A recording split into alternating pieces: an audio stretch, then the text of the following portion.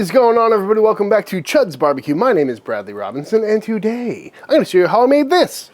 Beautiful, delicious, smoky, porky, creamy, bacon-wrapped, amazing Carolina Twinkies. That's right, folks, we're taking some whole hog-style pulled pork with crispy skin, stuffing it inside of a jalapeno, wrapping it in bacon, and throwing it on the old Chud box.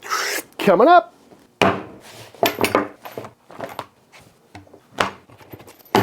This is a pork belly. Pat it dry.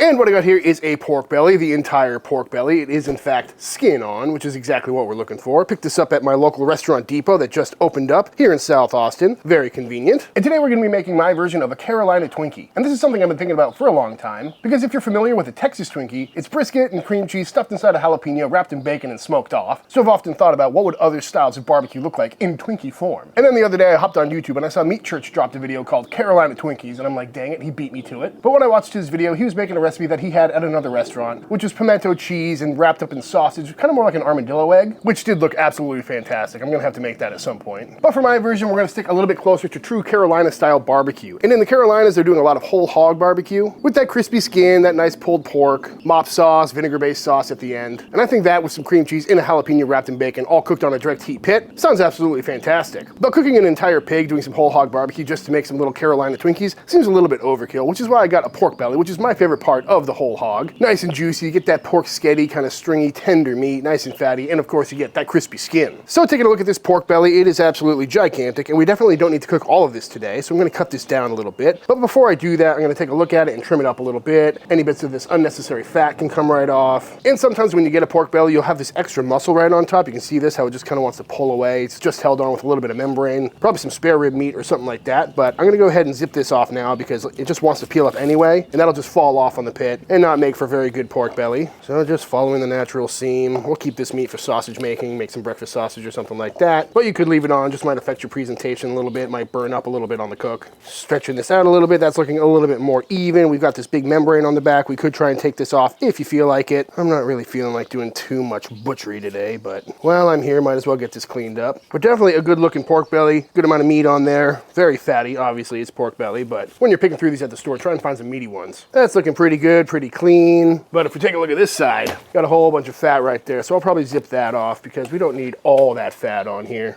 And we can render that down for lard or throw it in sausage or something like that. Bunch of fat, a little bit of skin. I'll go ahead and clean that up later. But this is starting to take some good shape. Same thing on this side, big band of fat. Might make some cracklings out of that. That looks pretty good. But now that we've got a nice squared up, cleaned up pork belly, I'm gonna go ahead and cut this down, probably into thirds. A little bit more manageable sized pieces. Skin is tough to get through.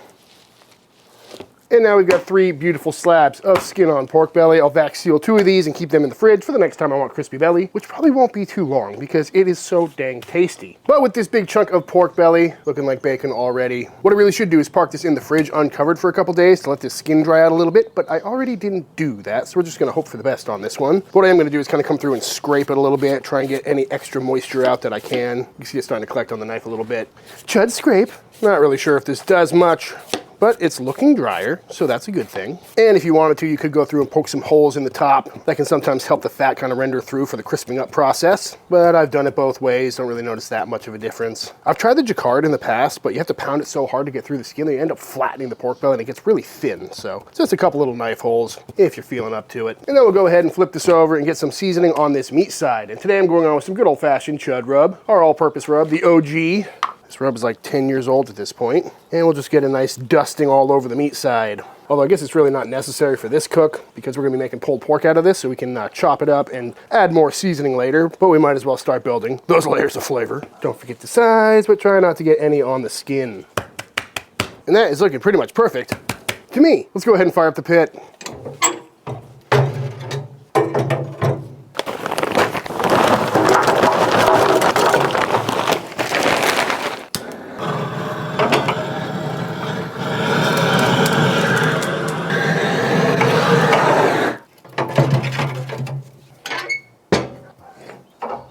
And on the pit we go. Got the old Chud box here fired up. We're sitting right at 300 degrees, which is usually where I like to cook on this thing. I did come through and wipe the skin down a little bit, make sure there's not too much seasoning or anything on there. And now we're gonna go through and salt the skin heavily with some table salt. And if you've never seen me do this before, this is not for seasoning. This is just to protect the skin from smoke, and all the salt's gonna help dry it out so it gets nice and crispy at the end of this cook. But it's an aggressive amount of salt. We really wanna cake it on there, make sure nothing is exposed. But most of this will come off, so don't freak out about how much salt I'm putting on this thing. And especially because we didn't air dry it, this salt is really gonna help us out. And you can use kosher salt. I've done that plenty of times. It works well, but I like the table salt. It's got a smaller granule size, so you get better coverage. A beautiful snowfall of salt. Beautiful, that is looking good. So now we're gonna cover this up. And by that I mean close the lid and let this cook away. And it should be a pretty quick cook because that belly is really not all that thick. This video is brought to you by Tucovas. In every pair of Tucovas boots, you can expect premium quality and a timeless Western style. They're super comfortable from day one because Tucovas is known for their broken-in leathers, so you don't have to worry about breaking in a stiff pair of boots. And I've had these boots for a couple of months now, and I gotta say, I absolutely love them. They're the first boot I've ever had that are actually really comfortable to wear, and they look so good at the same time. And as someone that's been working in the barbecue world for the last 10 years or so, I've developed a bit of a style that can only be described as slouchy, because when you're working with hot fires and hot weather and a lot of grease and dirt and grime all the time, you kind of gravitate towards darker clothes, really lightweight shorts, and dirty sneakers. Which is all good if you're running a pit or working in a smokehouse or something like that, but when it comes to being in public, I'm often underdressed and have been embarrassed plenty of times. Which is why I'm really happy to have a nice pair of boots. And they work for so many different occasions. You know, they're great for a date night, rugged enough for a barbecue festival, perfect for a hunt, but no matter where you take them, they're stylish, they're comfortable, and they're very durable. And lately I've been making a decent effort to try and upgrade my outer appearance because around my friend group, I'm known as the guy that always has a bunch of weld holes in his dirty t-shirts, but I'm an adult now. So it's time to start dressing like one. And that starts from the ground up with a nice pair of boots. Also, if you live in an area that has a Tucovas retail store, I highly recommend stopping in. Very nice place. They got a whole bunch of great options. The staff is incredibly friendly. They handed me a beer as soon as I walked in to pick these up. And they do complimentary branding and leather stamping, so you can get your logo on these. So if you're ready to pick up some Tucovas for yourself, click my link in the description box of this video, or scan the QR code on screen now to get your new favorite pair of boots today. And use code CHUDS10 at checkout to save 10% off your first order. Again, link in the description or scan the QR code on screen now using code CHUDS10 to save 10% off your purchase. Thank you, Tucovas. Next up, let's go ahead and knock out a quick mop sauce. Start by going into a pot with 1 stick of butter. And once our butter is melted and nice and boobly, in we go with 1/2 of 1 large white onion, or just a whole small white onion, if you can find one. And get that cooking down. And once our onions are cooked down, looking nice and soft, starting to take on a little bit of color, we're gonna go in with 1 whole lemon. Let that start frying away in the butter, along with about a tablespoon of some paprika, some garlic powder, red chili flakes, and some freshly cracked black pepper. And let all that fry up in the butter for a minute. Smelling good already. And now in we go with about a cup of some apple cider vinegar, and some white vinegar as well. A couple shots of some Worcestershire sauce, some hot sauce, I'm going with Texas Pete, and a nice squeeze, and a nice little squeeze of some yellow mustard. And bring that back up to a simmer. And after boiling away for about 5-6 minutes, just to make sure everything is softened up and all those flavors are combined nicely, we'll go ahead and finish it off with some beer. Oops, but not all of it. You gotta save some for Papa. And just like that, our beautiful simple mop sauce is done. We are about 4 hours into this pork belly cook, and I probably could have flipped this like an hour ago, but I got distracted. But let's see how it's looking. Salt should be able to come off in 1 clean sheet. Oh yeah, hog salt. Save that for putting on a steak or something. But clearly the salt has done its job. The skin is looking nice and clean. I'm gonna go ahead and give that a little wipe, make sure there's no extra salt on top. And all the little holes I made are definitely working because there's some fat poking through already, which is a good thing. Means we should get some extra crispy skin. So now we're gonna go ahead and flip this over. Oh yeah, feeling nice and tender.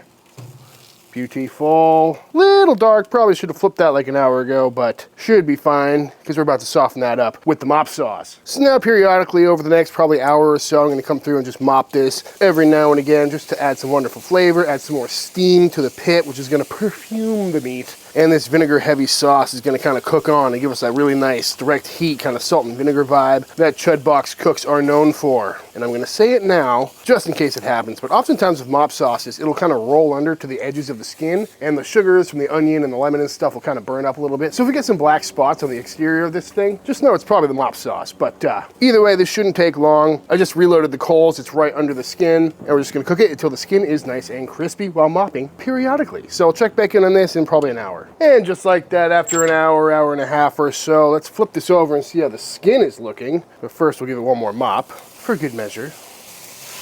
Oh yeah, that looks good. Definitely looking crispy. Sounding crispy. So I'm gonna pull this off. And this is kind of what I was talking about with that mop sauce kind of burning around the outside, giving us a little bit of black on there, but not gonna hurt it. Oh my goodness, that feels so tender. But now we're gonna pull this off and let this cool down and rest a little bit. Smells absolutely incredible, and I know that meat is tender because I just cooked this pork belly for like 5 or 6 hours, which again, I probably could have done in 3 or 4, but I got busy doing other stuff. And it really shouldn't matter, but if I was gonna be making sliced pork belly or cubes or something, I probably wouldn't take it this far, but we're making chopped or pulled pork out of this, so I wanna make sure it's nicely rendered, nice and tender, and that skin is nice and crispy. But while we wait for that pork to cool down, let's go ahead and get these jalapenos prepped up.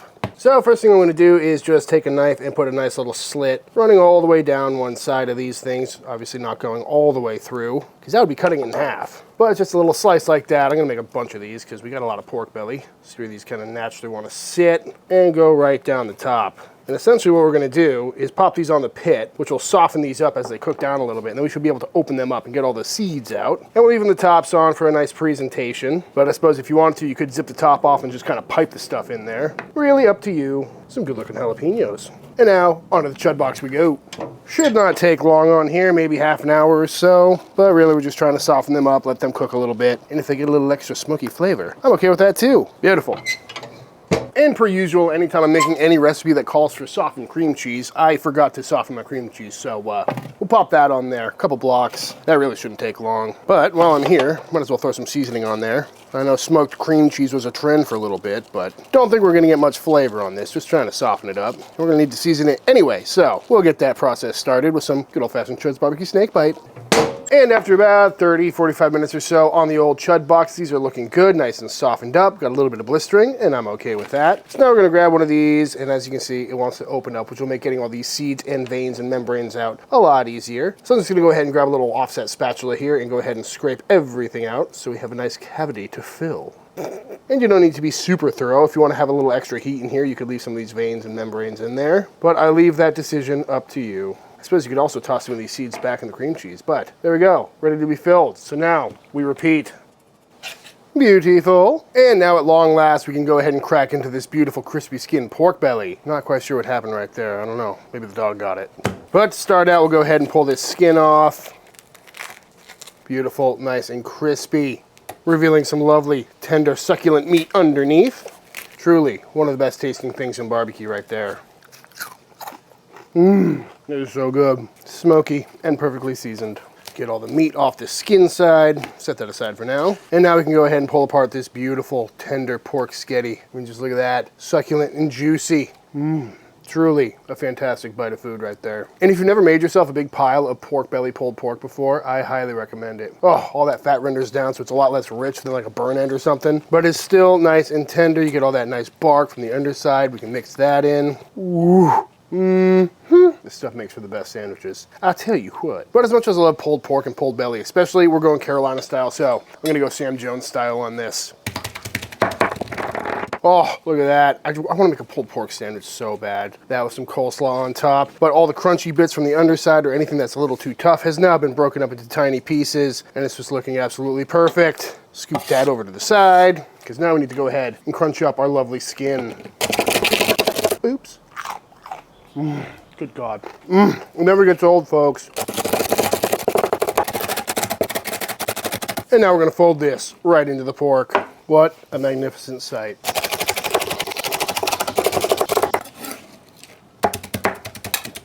And at this point, you can go ahead and taste this for seasoning.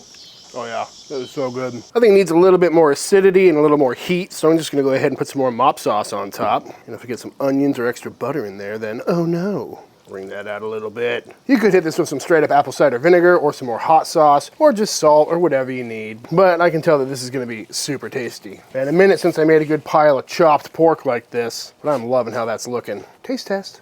Yep, damn that was good. Honestly, needs a pinch of salt. Even though we salted the hell out of the skin, it didn't make it into the meat, so we really only seasoned one side of this pork. So taste and adjust, folks. Yep, that is perfect. And now to make our cream cheese filling. So I'm going in with our softened cream cheese, perhaps a little too softened, and then going with as much or as little of this lovely crispy skin pulled pork as we see fit. And just get that all mixed up. I'm trying to decide what kind of ratio to go for here, because traditional jalapeno popper means we want to be pretty cream cheese heavy, but traditional Brad wants it to be pretty pork heavy, so I don't know. Definitely more pork than that though. Oops. I think that's a good mix. Definitely pretty pork heavy, but still creamy. So now we're gonna give this a taste. Oh my God, that is rich. Still crunchy though. That might just be the best dip of all time. I'm buying bagels tomorrow, I'll tell you what. I'm gonna go in with a little more rub, just for good measure. A little more kick, and just to make sure all that cream cheese is properly seasoned. That is just incredibly tasty, but if I eat any more, I'm not gonna be hungry. So let's load up some jalapenos. And this is definitely the slightly messy part, but with our lovely opened up jalapenos here, just gonna go ahead and grab some of our filling and do our best to get it all stuffed in there. And there we go, a nicely cooked jalapeno stuffed with cream cheese and pulled pork. Let's repeat the process. It's like making really weird sushi. And just like that, all stuffed, actually pop these in the freezer for like 10 minutes just to firm up that cream cheese to make these a little bit easier to wrap in bacon, which is in fact the next step. So we're gonna go ahead and grab one of these, get ourselves a lovely strip of bacon. This is just your regular thin cut bacon, not the thick cut stuff, because it's got a little more stretch to it and it'll crisp up a little bit easier. And simply enough, we're just gonna do our best to get some full coverage and bacon wrappage. Oh yeah, look at that, beautiful. Just like that. The stretchiness of this bacon really does come in handy for getting a nice tight wrap. But if you want to go thick cut, you can go thick cut. These are your Carolina Twinkies after all. But I'm starting to get pretty excited. And for like the 5th time in this video, now we repeat. And just like that, all wrapped up. So now we gotta go ahead and hit them with some more barbecue rub, and I'm gonna continue on with the old snake bite here. Perfect flavor combination. A little bit of heat, some black pepper, good savoriness, a little vinegar powder in there for some nice acidity. That should match really well with this pork. Flip them over, and do the bottoms as well. And now that they're rubbed down, back on the pit they go. Chud box is still cruising at right around 300 degrees, so really all we gotta do now is cook this bacon all the way through. And over direct heat, should not take long. And hopefully we don't have too much cheese leakage. But I guess only time will tell. Checking in on these Twinkies, and they are looking absolutely beautiful. Getting some good color on there. Nice little crispy bacon going on. A little bit of pullback on some of them, but that's okay. But before we go ahead and pull these off, while I got this mop sauce handy, I'm gonna go ahead and give these a little dunky dunk, just to really bring home that direct heat mop sauce flavor. Oh yeah. We'll let that cook on for another 10 minutes or so. Then we'll pull them off and see how they came out. But God, the smell. I'm ready. And there it is, folks, fresh off the pit, fully rested. We've got ourselves some beautiful, smoky, whole hog style, crispy skin pork belly stuffed inside a jalapeno with some cream cheese, wrapped in bacon, mop sauced, and ready to taste. I'm ready. I mean, these look fantastic. They're feeling nice and tender, nice and squishy, nice and warm, but let's see how they taste. That is a very pleasant bite. Very porky, which is not surprising, seeing how it's pulled pork wrapped in bacon. But that Chud box flavor, that direct heat, that mop sauce, the acidity from that is really coming through. The jalapeno is really nice and soft too. I'm not sure if you saw how easy that was to bite through, but that is a very pleasant bite. Bacon, easy to bite through too, nothing unraveled yet. I guess we'll see, but I gotta go back for another one. That's really good. It's just such a satisfying, like, unctuous bite, you know? I think it's because it's pulled pork, yet it's pork belly, yet it's chopped up really fine. Like, I really don't have pork belly that doesn't have, like, a string factor or a bite-through factor very often. But because it's chopped so fine, it just eats like a chopped beef sandwich, but it's direct heat pork belly. And I'm definitely picking up on that crispy skin in there. It did not stay crispy like I was hoping, but it definitely adds a distinct flavor and a little bit of unique texture in there, and very welcome, honestly. Very happy with how these are tasting. That was really good. A little bit of kick from the jalapeno and the snake bite, but mostly that just direct heat barbecue flavor is coming through a lot. And somehow it's not nearly as heavy as you'd think. You know, this is pork belly mixed with cream cheese wrapped in bacon, so it sounds like a gut bomb, but somehow it's going down easy. This is just another one of those perfect salt, fat, acid, heat moments where, you know, you got the saltiness from the bacon and the rub and the pork and all that. Fattiness. again, from the bacon, the pork belly, the cream cheese, it's a pretty fatty dish, let's be honest here. But then it's got a really good acidity from all the mop sauce on there. It definitely comes through both on the pulled pork and on the bacon on the outside, which helps cut through all that fat and all that salt. And then you've got that heat, which is direct heat, but also spiciness in the mop sauce, and you know, it's stuffed inside a jalapeno. All coming together for a beautiful bite of food. It's just so satisfying. That's the only way I can put it. Just like the texture of that bite is unlike any other. I'm gonna eat too much of this. Now this may be a hot take, but I think I might like these better than an actual Texas Twinkie. Because with the traditional one, you're getting wood smoked bacon with wood smoked brisket, probably with smoked cream cheese, all stuffed together and then smoked again. But with this one, it seems a little more complex. You know, you got some more spiciness, you got some tanginess, acidity, and that chopped up pork belly with the skin just melts together with that cream cheese. It makes for a really fantastic bite. But luckily, we don't live in a world where you have to choose, so I think I'll just take both anytime I get a chance. But that's really tasty. Beautiful texture in there too. Really happy it all stayed together. I was worried about it all oozing out and falling onto the coals and smelling terrible, but it all worked out. But before we go ahead and knock out about 7 of these off camera, I think it's time for the official taste test. Alright, y'all, and that is it. That is how to make some absolutely fantastic Carolina Twinkies. I highly recommend giving this one a try. You know, pretty straightforward cook, pretty easy to do. Didn't take too long, although I probably could have made it take less time, but we've already talked about that. But the results are absolutely fantastic, and definitely something I'll be keeping around for my next football game or tailgating party. You know, show up with some Texas Twinkies, some Carolina Twinkies, but also, what kind of barbecue should we turn into a Twinkie next? You know, maybe some Memphis dry rub Twinkies or some Kansas City super saucy Twinkies. The possibilities are endless, but let me know your thoughts in the comment section down below about what we should Twinkify next. But all that being said, if you enjoyed this video, let me know by hitting that subscribe button. Let YouTube know by dropping a like on this video. If you give this recipe a try for yourself, be sure to tag me on Instagram at Chuds BBQ. I'd love to see what y'all are cooking. Big shout out to all the Team Chud members. Thank you for supporting this channel and allowing me to keep making all these videos. And until the next time I see you, please go cook something outside. Peace.